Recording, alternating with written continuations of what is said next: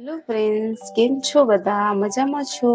તો આજે હું તમારી સાથે ફરીથી શેર કરીશ નવી રેસીપી આપીશ. આજે આપણે બનાવીશું ચાવલમાંથી ભજીયા. જે મેં ચાવલને 3 કલાક સુધી પાણીમાં આવી રીતે પલાળીને રાખી દીધા. પાણી કાઢી લીધું છે. હવે એનામાં આપણે મિક્સરના ડબ્બામાં આપણે ઉમેરી નાખીશું અને પછી આપણે પીસી લઈશું. ટેસ્ટી અને સ્વાદિષ્ટ બને છે અને ચાવલમાંથી જ આપણે બનાવીશું ભજીયા. તો ફ્રેન્ડ્સ, હવે આપણે પીસી લઈશું સારી રીતે. તો ફ્રેન્ડ્સ, તમે જોઈ શકો છો આપણે પીસવું છે. ફ્રેન્ડ્સ, તમે જોઈ શકો છો. તો ફ્રેન્ડ્સ, જે આપણે મિક્સરના ડબ્બામાં જે આપણે આપીશું હતું ફ્રેન્ડ્સ, એ જ ડબ્બામાં આપણે ફરીથી પીસીશું. બાફેલા બટેકા લીધા છે આપણે 2, તો એને આપણે પીસી નાખીશું. આપણે સારી રીતે પીસી લીધું છે, તમે જોઈ શકો છો. આપણે એને આપણે કાઢી લઈશું. જે કટોરીમાં આપણે ઉમેર્યું છે એનામાં જ આપણે ઉમેરીશું. બટેકા પીસેલા કાઢી લઈશું પહેલા. તો ફ્રેન્ડ્સ, આપણે બધું કાઢી લીધું છે, તમે જોઈ શકો છો. આવી રીતના એનામાં સોડા કાંઈક જરૂર નથી, એમ જ સારી રીતે મિક્સ થઈ જાય. તો તમે જોઈ શકો છો ફ્રેન્ડ્સ, સારી રીતે આપણું મિક્સ થઈ ગયું છે. તો ફ્રેન્ડ્સ, હવે એનામાં મસાલો ઉમેરી નાખીશું. તો ફ્રેન્ડ્સ, આપણે મસાલો ઉમેરીશું. સ્વાદ અનુસાર મીઠું, 1 ચમચો જેટલો જીરો.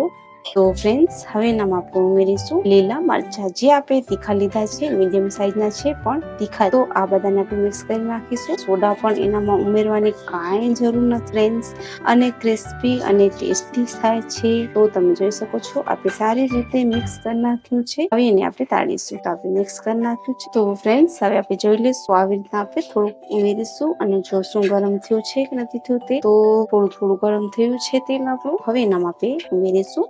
નાના આપણે આવી રીતના કરીશું અને ઉમેરતા જશું ફ્રેન્ડ્સ. તો ફ્રેન્ડ્સ, તમે જરૂરથી ટ્રાય કરજો અને બહુ જ ટેસ્ટી અને સ્વાદિષ્ટ બને છે ભજીયા. એક કટોરીમાં થાળી ભરી જાય એટલા બને છે ફ્રેન્ડ્સ. આપણે સારી રીતે તાળી લઈશું. તો આપણે ઉમેરી નાખ્યા છે બધા. હવે એક બાજુ સારી રીતે પાકી જાય ત્યાં આપણે બીજી બાજુ પલટાવીશું. તો તમે જોઈ શકો છો, આપણે સોડા નથી ઉમેર્યું તો કેટલા સારા આવી રીતે થઈ ગયા છે, ફૂગી ગયા છે. તો થોડાક આપણે બ્રાઉન કરવાના છીએ.